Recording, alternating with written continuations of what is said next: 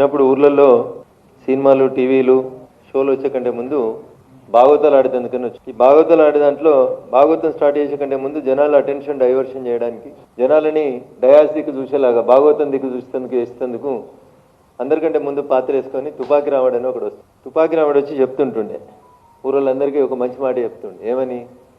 ఈ భాగవతం అయిపోయేసరికి 2 గంటలు అవుతుంది. భాగవతం అయిపోగానే మీకు అంత మంచి చికెన్ బిర్యానీ పెడతాను. ఇప్పుడే మీ చెరువు తుమ్ కింద మంట పెట్టి వచ్చిన చెరువు నిండా బియ్యం పోసిన సోనా మసూరి ఊరవతల మొత్తం పలానా పటేల్ దగ్గరికి వెళ్ళి అన్ని కోళ్ళు తెచ్చి దాంట్లో ఉడికేస్తున్నా అని చెప్తుంది. అట్లా నిన్న కరీంనగర్కో ఎవరు, ఆదిలాబాద్కో ఎవరు, ఇద్దరు వేసిన వేషం కూడా తుపాకి రామని వేషం తప్ప ఇంకొకటి లేదు.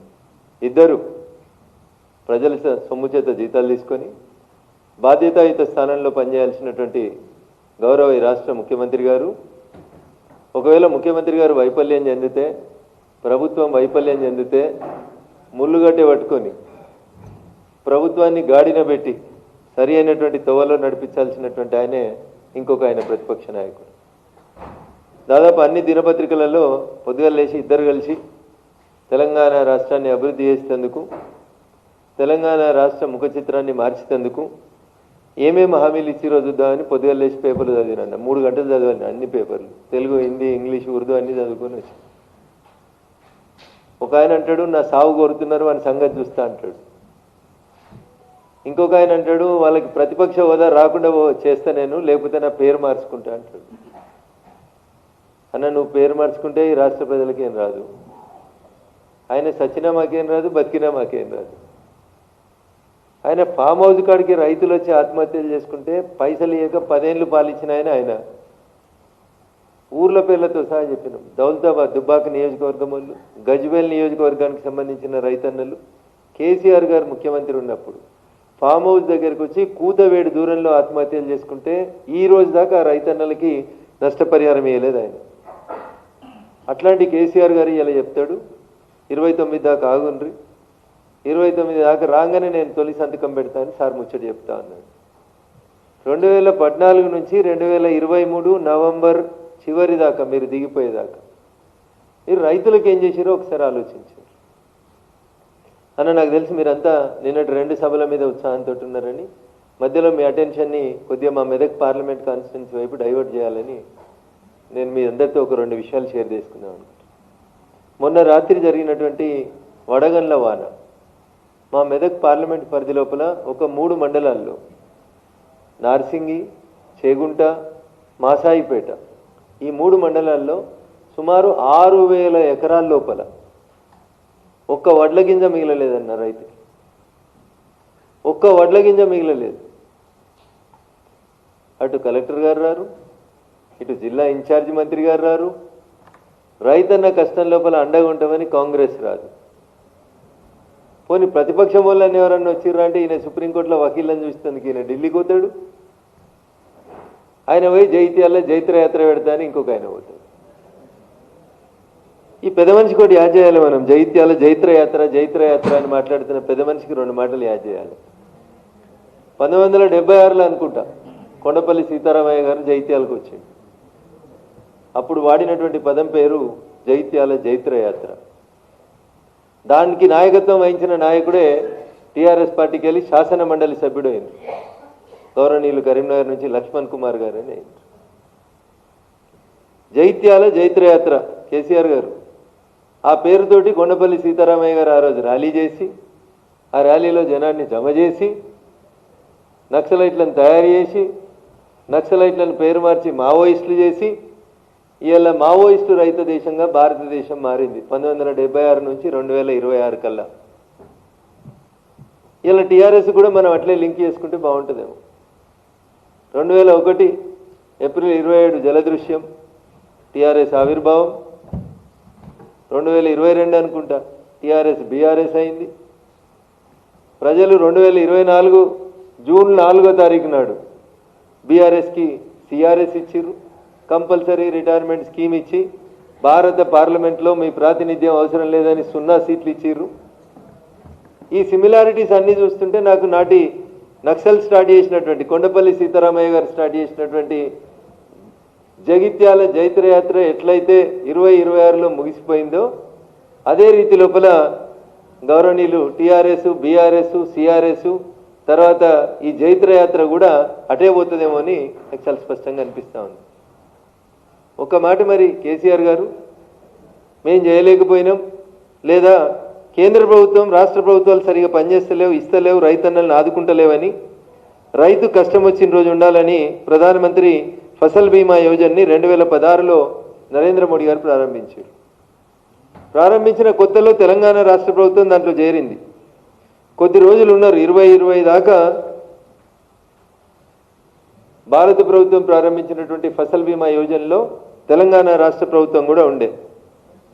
ఏమైందో తెలియదు కానీ 2020 తర్వాత అప్పటి ముఖ్యమంత్రి కేసీఆర్ గారు ఫసల్ బీమా పథకాన్ని ఆపేసినారు.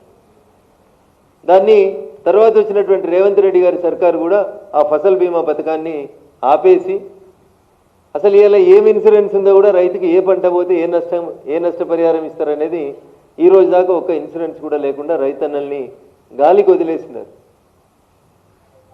ఇది ఈ రెండు పాలకుల యొక్క పొరపాటు వల్ల, కేసీఆర్ గారి వల్ల, తర్వాత వచ్చినటువంటి రేవంత్ రెడ్డి గారి 2.5 సంవత్సరాల పాలన వల్ల ఇప్పటికీ రైతులు తెలంగాణ రాష్ట్రంలో ఫసల్ బీమా లేక రకరకాలైనటువంటి అవస్థలు పడుతూ ఉన్నారు.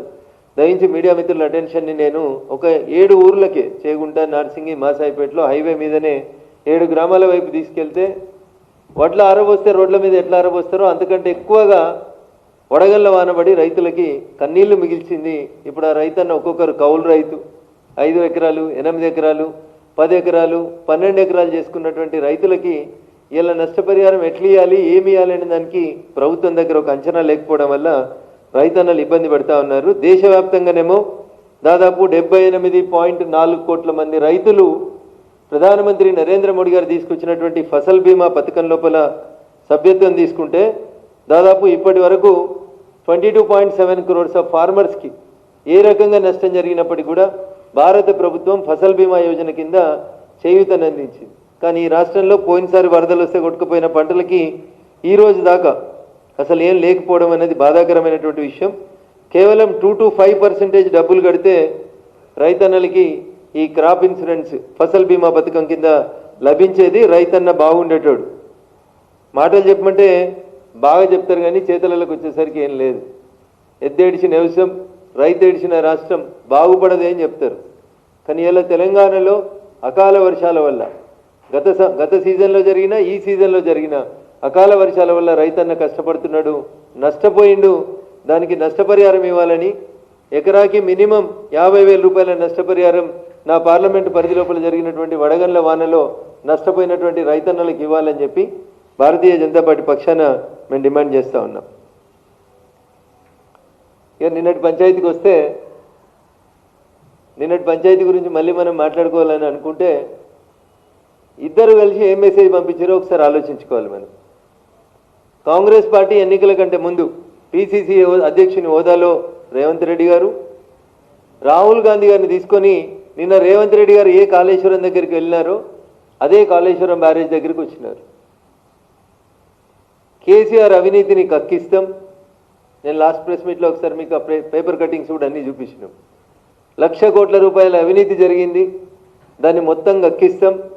తెలంగాణలో సమాజానికి ఉపయోగపడే సంక్షేమ పథకాలకి పైసలు ఆ 1,00,000 కోట్లలోంచే తీసుకొచ్చి పెడతామని రాహుల్ గాంధీ గారి నోట కూడా చెప్పించిపోయినారు. 2.5 ఏళ్ళు అయింది రేవంత్ రెడ్డి గారు. ఇవాళ మీరు మేడిగడకు పోయినారు.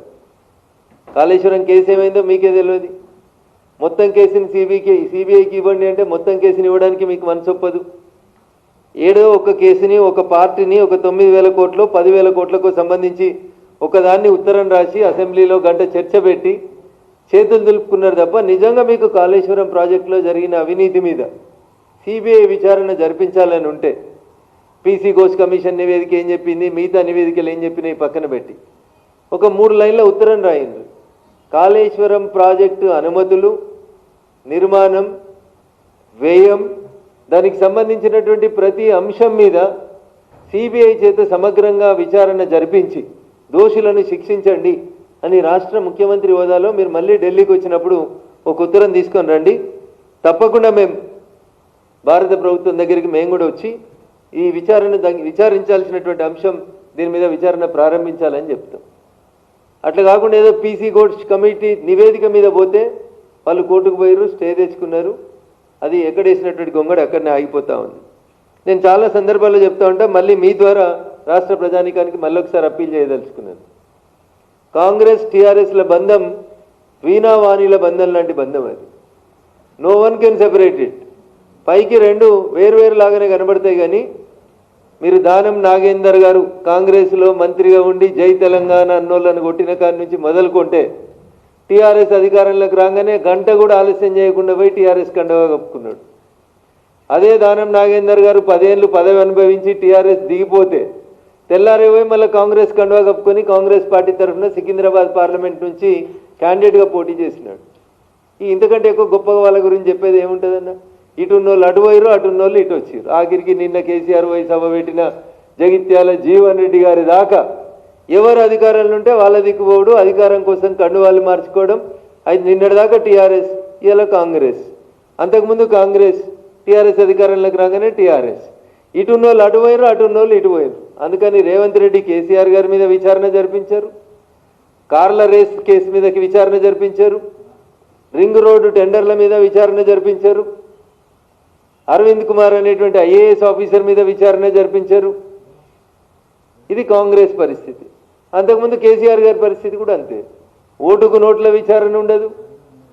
ఆయన రేవంత్ రెడ్డిని కాపాడుతాడు, ఈయన కేసీఆర్ గారిని కాపాడుతాడు. వైస్ వర్సా తప్ప వీళ్ళిద్దరు చేసేది ఏం లేదు. నేను కొట్టినట్టు చేస్తా, నువ్వు తిట్టినట్టు చేయి.